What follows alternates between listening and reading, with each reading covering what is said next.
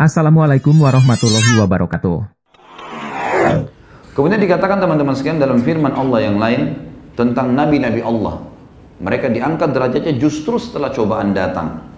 Dalam surah Al-Anbiya, surah nomor 21 ayat 85, Allah memuji 3 nabi sekaligus. A'udzubillahi minasyaitonir rajim. Wa Idris wa dzal kifl kullum minas sabirin. Dan Ismail, juga Idris dan Dzal Kifl, kami tinggikan mereka justru karena mereka termasuk orang-orang sabar. Antum jangan berpikir teman-teman sekalian semua nabi-nabi ini dakwah langsung didengar. Enggak. Butuh juhud, dianggap penyihir, dianggap pendusta, difitnah macam-macam. Sabar, gitu kan? Ada ikhwah begitu difitnah sedikit berhenti dakwah. Kenapa, akhi? Kebenaran ini kok. Sampaikan, sabar, nggak masalah. Allah akan tunjukkan kebenaran. Jangan malah kita kendor. Sabar teman-teman sekalian. Saya waktu pertama balik ke Indonesia, yang hadir di pengajian mungkin 3-4 orang teman-teman sekalian. Saya masih ingat, tapi saya tunjukkan kepada jemaah saya komitmen. 3-4 orang pun saya baca kitabnya, saya ajar. Ini Masya Allah antum sudah berapa ribu sekarang yang hadir. Kadang-kadang kalau ada orang tanya kepada saya, kok bisa jemaah antum jadi banyak? Bukan dari saya, tanya di langit. Allah yang mengutus mereka. Bagaimana caranya? Saya tidak mungkin hubungin antum satu persatu untuk datang, gitu kan?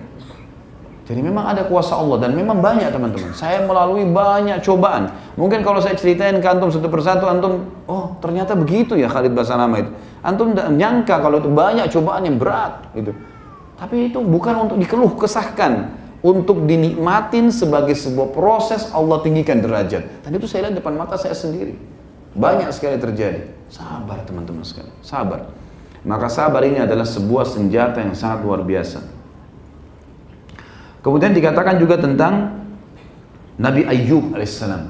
Nabi yang sangat mulia terkenal dengan kesabarannya. 20 tahun Allah coba. 20 tahun teman-teman sekalian. Luar biasa. Allah mengatakan di dalam surah Shad. Surah nomor 38 ayat 44. A'udzu billahi minasyaitonir rajim. Inna wajadnahu sabira. Ni'mal 'abd innahu awwab. Kami betul-betul memberikan jalan keluar pada Ayyub karena kami temukan dia adalah hamba yang sabar. Sungguh dia sebaik-baik hamba karena dia adalah orang yang tidak berkeluh kesah. 30 tahun menikah, istrinya 20 tahun, kemudian berjalan 20 tahun, tidak ada cobaannya Allah yang berat bagi dia, alaihi salatu wassalam. Sampai umur 50 tahun teman-teman sekalian. Dikasih anak 12 orang laki-laki semua. Dia nabi dan raja di kaumnya. Hartanya paling banyak, peternakannya paling banyak, jumlahnya ribuan ekor sapi, kambing, domba, unta. Dan juga ya keturunannya banyak tadi, hartanya banyak dan dia raja. Secara fisik juga sempurna. Dia gagah, istrinya juga cantik. Punya kelebihan. 20 tahun. Pas umur 51 tahun teman-teman, tadi dia nikah umur 30 sampai umur 50 tahun dalam nikmat. Umur 51 tahun. Dan ini berat sekali ya. Orang dalam keadaan puncak nikmat tiba-tiba jatuh, drop dalam 3 hari. Hari pertama di umur 51 tahun teman-teman sekalian, tiba-tiba bangun tidur kulitnya kena kusta. Keluar bernanah, berdarah. Dari kepala sampai kaki, sampai rambut Nabi Muhammad SAW rontok. Kulitnya seperti tergantung. Luka yang luar biasa dan orang tahu dia menular. Tersebar satu negeri waktu itu, Ayyub, ya, Nabi Allah kena kusta. Ini menyebar, gitu. Ini akan menjangkit. Maka semua orang lari pada hari pertama. Yang tinggal sama dia cuma anak sama istrinya. Hari kedua, istrinya hidangkan makan buat 12 anak laki-lakinya. Dengan hikmah Allah, di satu ruangan tiba-tiba rubuh. Atap ruangannya 12 anaknya mati semua. Gak ada sakit, gak ada apa nih. Mati tiba-tiba. Runtuh bangunan. 12 anak laki-laki semuanya gagah, semuanya sempurna. Yang hari ketiga, Allah datangkan hama dan badai. Semua peternakan Nabi Ayyub ribuan ekor mati dalam seketika pada saat itu. Kena hama. Dan kebunnya semua hancur. Dan subhanallah kaumnya gak kena. Yang kena badai itu Nabi Ayyub alaihissalam. 3 hari habis semua, badannya sakit, anaknya semua mati, hartanya semua habis. Sampai akhirnya rumahnya pun ditinggalkan sama dia, di pinggiran negerinya dia tinggal. Selama 18 tahun, Nabi Ayyub alaihissalam tidak pernah mengeluh. Tidak pernah bilang, kenapa ya Allah? Bahkan sebuah riwayat menyebutkan Ayub alaihissalam tidak pernah mengatakan, ya Allah keluarkan saya. Enggak. Dia nikmatin terus, sabar. Dia terima, tapi ikhtiar. Berobat, iya. Tetap ibadah kepada Allah, iya. Dijauhi, 18 tahun. Yang tinggal sama dia cuma istrinya. Setelah 18 tahun istrinya bilang apa? Wahai Nabi Allah, Anda kan Nabinya Allah. Sudah 18 tahun loh tidak berdakwah ini. Bagaimana kalau Anda memohon kepada Allah agar disembuhkan penyakit Anda ini?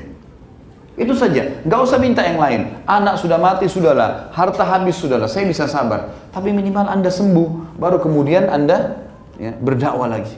Apa kata Nabi Ayub alaihissalam? Wahai istriku, berapa lama dulu kita dalam keadaan nikmat? Kata istrinya 20 tahun. Kata Nabi Ayub, berapa lama kita sekarang diuji sama Allah? Kata istri 18 tahun. Kata Nabi Ayub, saya masih malu minta sama Allah. Keimanan yang luar biasa. Tahu kalau Allah itu lihat, Allah tahu dia sedang diuji, Allah tahu dia sedang ada masalah, tidak dikeluhkan pun kepada sang pencipta. Pencipta tahu makanan apa yang masuk ke urat-urat saraf antum, ke tubuh antum, minuman apa yang masuk, Allah tahu. Kita tidak pernah tahu minuman yang kita minum mana yang jadi kencing, yang mana jadi bagian darah kita. Kita nggak pernah tahu makanan yang kita kunyah, cuma tahu milih ini asin, manis, pedas, kemudian masuk tenggorokan kita nggak pernah tahu teman-teman mana jadi kotoran, mana jadi anggota tubuh kita. Sang pencipta tahu semuanya. Tanpa antum keluh pun dia sudah tahu. Dan dia sudah menjanjikan kekal. Innallaha la yukhliful mi'ad. Allah tidak akan pungkiri janjinya. Pasti Allah akan berikan jalan keluar. Nabi Ayub mengatakan, saya masih malu minta sama Allah. Di 20 tahun cobaan, dia sudah merasa berimbang antara cobaannya dengan nikmat yang pernah dia terima. Maka dia mengucapkan kalimat yang santun sama Allah. Rabbi anni massaniyad dur wa anta arhamur rahimin. Wahai Tuhanku, Rabbi, penciptaku, pemilikku, ya, penyiap segala kebutuhanku, pemusnahku yang akan mematikan aku. Massaniyad anni massaniyad dur. Sungguhnya aku sedang ditimpa penyakit ini. Dia nggak bilang ya Allah engkau timpakan, enggak. Wahai Tuhanku, penciptaku, pemilikku, pemusnahku yang akan mematikan aku. Aku sedang ditimpa penyakit, saking santunnya sama Allah, gitu kan? Wa anta arhamur rahimin, dan kau zat yang maha penyayang. Dia nggak bilang, ini sudah 20 tahun ya Allah berimbang, sembuhin saya. Enggak. Wa anta arhamur rahimin, dan kau zat yang maha penyayang. Artinya, mau sembuhin saya, hakmu ya Allah. Tidak mau sembuhin saya tetap jalani. Luar biasa, sampai keluar istilah, ya, sabar Ayub, diistilahkan. Artinya sabar Ayub ini, puncaknya sudah. Apa kata Nabi SAW tentang ahli surga? Semua ahli surga, poster tubuhnya seperti Adam 60 siku ke langit, wajahnya seperti Yusuf, hatinya seperti Ayub. Luar biasa, Allah puji. Makanya Allah bilang tadi, inna wajadnahu sabira. Kami temukan Ayub itu sabar, nggak pernah ngeluh, nggak pernah keluh kesah, gitu kan? Ni'mal abd innahu awwab. Dia sebaik-baik hamba, dan dia awwab, orang yang tunduk, patuh, nggak berkeluh kesah sama Tuhan. Dan ingat teman-teman, saya bilang tadi, semua punya ajal. Kalau antum sabar sampai titik klimaksnya, maka yang datang nanti sesuatu balasan seperti gelombang ombak yang tidak bisa dibendung. Tadi seperti kasus, ingat, yang muridnya lebih ramai daripada gurunya, malah karena kasus masalah itu. Ada cobaan-cobaan yang datang. Maka sabar. Nabi Ayub alaihissalam dicoba 20 tahun, berarti umur 70 tahun. Di hari pertama umur 71 tahun, teman-teman, Allah munculkan di bawah ranjangnya mata air, dan Allah suruh beliau dicuci, mandi dengan itu, tiba-tiba sembuh, dan tubuhnya kembali kekar, lebih segar dan kekar dibandingkan 20 tahun yang lalu dari air mata air itu. Yang kedua, Allah subhanahu wa ta'ala mengirim seluruh masyarakatnya pada saat itu, tersebar berita Ayub sudah sembuh. Nabi Ayub waktu sudah sembuh, Allah perintahin dia jalan. Nabi Ayub jalan, mungkin masyarakatnya dilihat semua, Ayub, orang semua kagum. Luar biasa, sembuh. Alhamdulillah, Allah sudah sembuhkan. Tuh, semua orang tersebar berita. Apa yang terjadi? Ini hari pertama. Hari kedua, teman-teman, seluruh negeri datang membawakan hadiah buat Nabi Ayub alaihissalam. Ada yang bawa sapi, ada yang bawa kambing, ada yang hadiah wakafkan kebunnya. Pokoknya untuk Nabi Ayub. Dalam satu hari, di hari kedua, kekayaannya Nabi Ayub menjadi double dibandingkan kekayaan 20 tahun yang lalu. Tidak bekerja apa-apa. Allah datangkan dengan caranya. Hari ketiga, istrinya hamil dan setiap tahun pada saat itu melahirkan anak kembar sehingga Allah memberikan dia 24 anak laki-laki. Padahal tadinya 12. Tidak ada yang mustahil bagi Allah. Cuma butuh keimanan dan jadikan sabar sebagai pegangan hidup kita. Ini penting teman-teman. Kemudian juga dikatakan tentang masalah sabar ini.